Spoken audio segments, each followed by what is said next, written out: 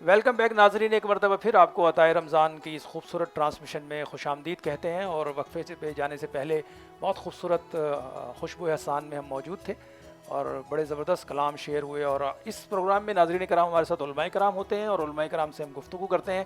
وہ سوالات جو آپ کے ذہن میں ہوتے ہیں وہ ہم پوچھتے ہیں اور روزانہ کے موضوعات. کل سے ہم ناظرین کرام مسلسل اس پروگرام میں گفتگو کر رہے ہیں سائنس اور قرآن پر. ناظرین کرام موضوع تو یہ دیا گیا تھا سائنس اور قرآن، لیکن میں کہتا ہوں قرآن اور سائنس، کیونکہ قرآن پہلے ہے سائنس بعد میں.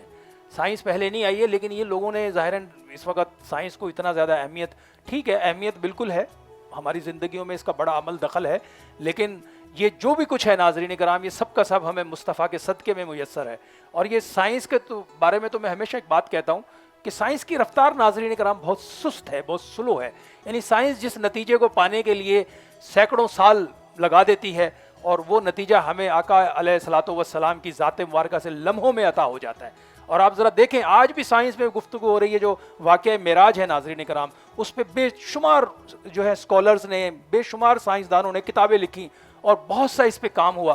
لیکن آپ یقین جانیے کہ جو واقعہ معراج ہمیں نصیب ہوا اور ہمیں ملا قرآن کے ذریعے سے، احادیث کے ذریعے سے، سارے ذخیرے کے ذریعے سے، وہ یقین جانیے یہ جتنی فائنڈنگ لاتے ہیں یہ لا کر اتنے خوش ہو رہے ہوتے ہیں. ہم کہتے ہیں بھائی یہ تو ہمارے پاس پہلے سے موجود ہے. ابھی پچھلے دنوں میں دیکھ رہا تھا کہ بہت بڑی ریسرچ سامنے آئی اور یو ایس کے ایک ریسرچ اسکالر ہیں، انہوں نے کہا کہ جناب ہم نے راز معلوم کر لیا ہے کہ انسان جو ہے وہ اس دنیا کی مخلوق نہیں ہے، انسان ایک ایلین ہے.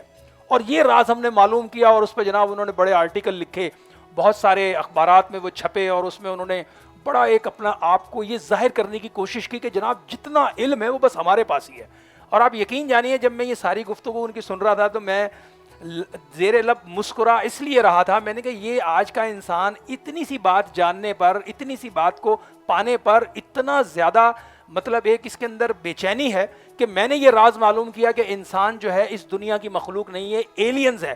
تو میں نے کہا بھائی اس میں کون سی اچنبے کی بات ہے، یہ تو قرآن نے ہمیں بہت پہلے بتا دیا کہ ہم نے تمہیں دنیا کی زندگی میں ایک مختصر سے وقت کے لیے بھیجا ہے اور ہم تو یہاں اس دنیا میں آئے ہی مختصر سے وقت کے لیے. ہمارا اصل وطن تو جنت ہے. اصل وطن جو انسان کا ہے ناظرین کرام وہ جنت الفردوس ہے. اور گناہگار اور جو کافر ہوں گے، جو شیاطین ہوں گے، جو مشرکین ہوں گے، ان کا جو وطن ہے وہ جہنم ہے. تو بنیادی طور پر یہ جو معلومات آج مغرب شیئر کر رہا ہے اور جس طریقے سے اس کے اوپر وہ اپنی حیرتوں کا اظہار کر رہا ہے، یہ اس کا معاملہ یہ ہے کہ وہ قرآن و سنت اس نے ابھی تک پراپر پوری اس کی وہ دسترس میں آئے نہیں ہیں. اگر آتے ہیں تو پھر یقینی طور پر اس کی یہ حیرت نہ ہوتی، کیونکہ جتنی ابھی ایجادات ہم دیکھ رہے ہیں جس پہ ہم ابھی گفتگو بھی کریں گے، اور یہ ساری چیزیں جو ہے یہ ہمیں نبی پاک صلی اللہ علیہ وآلہ وسلم کی سنتوں کے اندر بھی ہم تک پہنچی ہے، اور جو آپ نے ہم تک احادیث اور دیگر جو ہمارے پاس ذرائع ہیں صحابہ کرام اور پھر تابعین، تبع تابعین، اولیاء کرام کے ذریعے سے یہ ساری چیزیں ہم تک پہنچ رہی ہیں. اور آج کے ہمارے اس پروگرام میں ہمارے ساتھ موجود ہیں جناب علامہ اکرم اختر القادری صاحب. آج ہماری اس بزم میں شامل ہے، آپ کو خوش آمدید کہتے ہیں. ایک تو علامہ صاحب یہ فرمائیے گا کیونکہ ہمارا موضوع ہے قرآن اور سائنس، یہ مائک آپ لے لیجیے گا. تو موضوع ہمارا ہے قرآن اور سائنس. آپ فرمائیے گا قرآن اور سائنس کی بنیادی ڈیفینیشن کیا ہے؟ اعوذ باللہ من الشیطان الرجیم، بسم اللہ الرحمن الرحیم. یا ایہا الذین آمنوا اتقوا اللہ وکونوا مع الصادقین. سبحان اللہ، سبحان اللہ. صدق اللہ العظیم. الصلاۃ والسلام علیک یا رسول اللہ، الصلاۃ والسلام علیک یا حبیب اللہ، الصلاۃ والسلام علیک یا نبی اللہ وعلی آلک واصحابک یا نور اللہ. سب سے پہلے تو درود ہے نا. سبحان اللہ، سبحان اللہ. اچھا، سائنس اور قرآن، اس میں زمین آسمان کا فرق ہے. جی جی جی. اور سائنس جو ہے نا یہ کسی معنی میں آتا ہی نہیں. اچھا. اور قرآن جو ہے نا، قرآن یہ دنیا میں بھی کام آتا ہے، قبر میں بھی کام آتا ہے، میدان محشر میں بھی کام آتا ہے. جی جی جی. اللہ نے قرآن مجید میں ارشاد فرمایا نا، یا ایھا الذین آمنوا اتقوا اللہ وکونوا مع الصادقین. اے ایمان والو اللہ سے ڈرو، بے شک اللہ سے ڈرو اور سچوں کے ساتھ ہو جاؤ. بے شک. ابھی دیکھیے نا کہ سائنس دنیاوی ہے یہ اور قرآن دینی. قرآن دینی اسلام ہے، ہمیں اسلام سکھایا قرآن نے، ہمیں دین، ہمیں جینا سکھایا تو قرآن نے سکھایا، ہمیں مرنا بھی سکھایا تو قرآن نے سکھایا. اب دیکھیں نا بچہ جب اسکول کے لیے باہر نکلتا ہے تو یہ سائنس کی کتابیں، دنیا کی کتابیں بیگ پیچھے لٹکا کر پیچھے پیٹ کے پیچھے لگا کے جاتا ہے، لیکن جب بچہ قرآن پڑھنے جاتا ہے نا تو قرآن کو سینے سے لگا کے جاتا ہے، بے شک بے شک، سینے سے لگا کے جاتا ہے۔ یہی صرف ہم اگر اسی کو سمجھ لیں کہ دنیا کی کتابیں کہتی ہیں، سائنس ہمیں کہتا ہے کہ دنیا میں کام آؤں گا، بس دنیا میں مجھے جس طرح تم پیچھے لے کے چلتے ہو نا، تم جب مرو گے تو یہ پیچھے ہی رہ جائے گا، اور قرآن کہتا ہے سینے سے لگا کے جا رہے ہو نا، قبر میں بھی کام آؤں گا، میدان محشر میں بھی جی کام۔ جی بالکل بالکل، اور ہم تو یہ کہتے ہیں کہ قرآن بھی حضور کے صدقے سے ملا، بے شک، الحمد کی الف سے لے کر والناس کی سین تک، علماء یہاں بیٹھے میں تو علماء کا خادم ہوں، الحمد کی الف سے لے کر والناس کی سین تک یہ حمد مصطفیٰ ہے، یہ حمد مصطفیٰ۔ اور دیکھیں حضور کی جو شان ہے، قرآن کی جو شان، یہ اللہ دینے والا ہے۔ رب نے خود فرمایا نا، جبریل آدم بھی نہیں ہوتے، موسیٰ کلیم اللہ بھی نہیں ہوتے، ابراہیم خلیل اللہ بھی نہیں ہوتے، یہ سائنس تو دور کی بات ہے، نبیوں کی بات رب کر رہا ہے کہ جبریل یہ تمام نبی نہ ہوتے، تمام رسول نہ ہوتے، کائنات کا ذرہ ذرہ نہ ہوتا، جبریل تو بھی نہ ہوتا، میکائیل تو بھی نہ ہوتا، اسرافیل تو بھی نہ ہوتا، اسرائیل تو بھی نہ ہوتا۔ فرمایا لولا قلم اظہرت ربوبیہ، اے پیارے جبریل اگر میرے مصطفیٰ کی ذات نہ ہوتی میں اپنا رب ہونا ظاہر ہی نہ فرماتا۔ ماشاءاللہ ماشاءاللہ، یہ تو دیکھیں نا علامہ صاحب، بالکل آپ صحیح فرما رہے ہیں، یہ تو ہمارا سب کا ایمان ہے اس بات پہ کہ یہ کائنات سجی ہی رسول اکرم کے صدقے میں ہے۔ میرا سوال یہ نہیں ہے، میرا آپ سے سوال یہ ہے کہ سائنس جو ہمارا سبجیکٹ ہے اس پروگرام کا، قرآن اور سائنس، ایسا ممکن ہی نہیں ہے کہ جتنی فائنڈنگز اب تک انسانیت میں سائنسدان جتنی بھی لے کر آئے ہیں سب قرآن سے ہے۔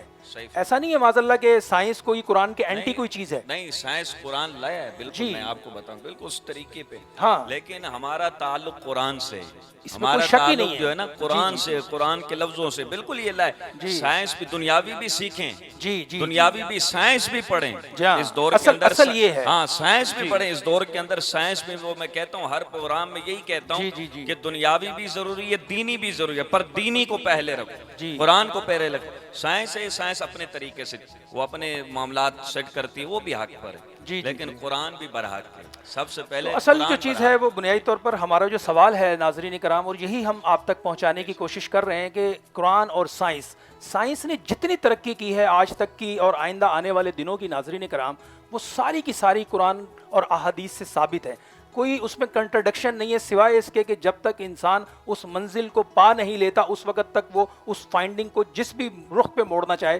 موڑتا رہتا ہے، لیکن جب وہ اپنی منزل پہ پہنچتا ہے تو اس کا تانا بانا جو ہے حدیث سے جڑ جاتا ہے یا قرآن سے جڑ جاتا ہے۔ اور یہ ایک نہیں ہے ناظرین کرام، یہ بے شمار ہماری اس دنیا کی زندگی میں، میں نے پچھلے دنوں اپنے پروگرام میں ایک جگہ میں موجود تھا، میں نے ان سے کہا کہ یہ موبائل فون کس نے ایجاد کیا ہے؟ ناظرین کرام وہ کہتے ہیں یہ گورے نے ایجاد کیا ہے۔ میں نے کہا کہ یہ موبائل فون جو ہے میرے آقا اور مولا کے ایک معجزے کی وجہ سے وجود میں آیا ہے۔ اب بنیادی طور پر کیا ہے، گورے نے نبی پاک صلی اللہ علیہ وآلہ وسلم کے معجزات پر بھی باقاعدہ اس کی تحقیق ہے اور وہ نئی نئی چیزیں لے کر آ رہا ہے۔ ہم جو بنیادی طور پر پیچھے ہوئے ہیں، وہ بنیادی طور پر پیچھے ہونے کی اصل وجہ یہ ہے کہ اقبال نے جس کی طرف اشارہ کر دیا تھا کہ تقدیر کے قاضی کا یہ فتویٰ ہے ازل سے، ہے جرم ضعیفی کی سزا مرگ مفاجات۔ اب یہ جو موبائل فون کی میں نے بات کی، یہ معاملہ یہ تھا کہ جب صحابہ کرام مکہ سے ہجرت کر کے مدینہ منورہ تشریف لائے تو ان کے بہت سے اعزاء اقربا مکے میں رہ گئے تھے، تو ایک دن انہوں نے نبی پاک صلی اللہ علیہ وآلہ وسلم سے آ کر کہا کہ یا رسول اللہ، ہمارے ماں باپ آپ پہ قربان، ہمارے عزیز و اقارب ہمیں بڑے یاد آ رہے ہیں۔ اب وہ کہاں بیٹھے ہیں؟ مدینے میں، اور کس جگہ پہ؟ مسجد نبوی میں، اور خواہش کیا کر رہے ہیں؟ مکے والے اعزاء اقربا سے ملنے کی، بات کرنے کی۔ آقا علیہ الصلوۃ والسلام کا دریائے رحمت جوش میں آیا اور آپ نے ناظرین کرام مدینہ منورہ کی کچی دیوار میں سوراخ کر کے مکے والوں کی مدینے والوں سے ملاقات کرا دی۔ اور آپ ذرا تصور کریں کتنا فاصلہ ہے، یہ آج نہیں ہے، یہ 1500 سال پہلے واقعہ ہوا ہے۔ گورے نے اس پہ ریسرچ کیے ناظرین کرام، اور ریسرچ کر کر یہ جو موبائل آپ کے اور میرے ہاتھ میں ہے، اب یہ دنیا سمٹ کر ایک مٹھی میں آ گئی ہے۔ آپ امریکہ، لندن، جاپان، مشرق، مغرب، شمال، جنوب، جہاں آپ نے بات کرنی ہے اس موبائل کے توسط سے نہ صرف آپ بات کرتے ہیں بلکہ تصویر بھی دیکھ سکتے ہیں۔ لیکن آج سے 20 یا 25 سال پہلے کوئی یہ بات کرتا تو لوگ اسے کہتے ہیں یہ دیوانہ ہے، کیونکہ سائنس کے بارے میں تصور یہ ہے، انگریزی کا جو معقول ہے نا کہ سینگ از بلیونگ، دیکھنے سے یقین آ جاتا ہے۔ مفتی صاحب آپ ذرا فرمائیے گا، کیونکہ یہ دیکھنے سے یقین آ جاتا ہے نا، ہم نے ایک چیز دیکھی نہیں۔ معجزہ یہ ہے کہ جو آپ کی عقل سے اوپر کوئی چیز ہو، آپ کی عقل جسے تسلیم نہ کرتی ہو لیکن معجزے کی شکل میں آپ اسے ماننے پر مجبور ہو جاتے ہیں۔ اسی طرح جو نبی پاک صلی اللہ علیہ وآلہ وسلم کے معجزات ہیں جس پر اس وقت ریسرچ ہو رہی ہے اور بے تحاشا کام ہو رہا ہے اس وقت۔ اب بنیادی طور پر ہم مسلمان تو ظاہر سی بات ہے ہم نے بہت زیادہ جرم ضعیفی پائی اور ہم